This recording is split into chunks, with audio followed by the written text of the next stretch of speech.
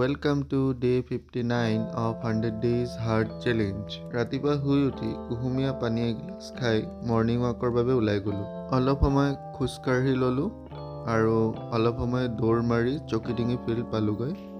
চকিডিঙি ফিল্ডত free hand এক্সাৰচাইজসমূহ ভালদৰে কৰি ল'লোঁ। ইয়াৰ পিছতে ঘৰলৈ উভতি আহি শ্ৰীমতীক বাছত উঠাবলৈ গৈছিলোঁ। ইয়াৰ পিছত ঘৰলৈ উভতি আহি গা ধুই ভগৱানক সেৱা জনালোঁ। ইয়াৰ পিছতে মৰ্ণিং ব্ৰেকফাষ্ট কৰি ল'লোঁ আৰু বিদ্যালয়ৰ বাবে যাত্ৰা আৰম্ভ কৰিলোঁ। বিদ্যালয়ত পাঠদানৰ মাজতে আজি কলগেট কোম্পানীৰ পৰা আহি ছাত্ৰ ছাত্ৰীসকলক কলগেটৰ কিট বিতৰণ কৰিলে। এয়া তাৰে মুহূৰ্ত।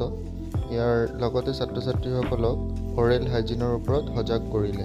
দুপৰীয়া 12 বজাত ছাত্ৰ ছাত্ৰীসকলক মধ্যাহ্ন ভোজন দিয়া হৈছিলে। এয়া মধ্যাহ্ন ভোজনৰ মুহূৰ্ত আৰু ইয়াৰ লগতে ময়ো মধ্যাহ্ন ভোজন গ্ৰহণ কৰিলোঁ। সন্ধিয়া য়োগা ক্লাছলৈ গৈছিলোঁ।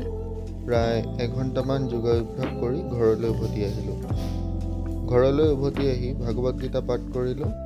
আজি দশম অধ্যায়ৰ 7টা শ্লোক পঢ়ি ল'লোঁ আৰু ইয়াৰ অৰ্থসমূহ ভালদৰে বুজি ল'লোঁ। এয়া হ'ল আজিৰ চেল্ফি। ধন্যবাদ।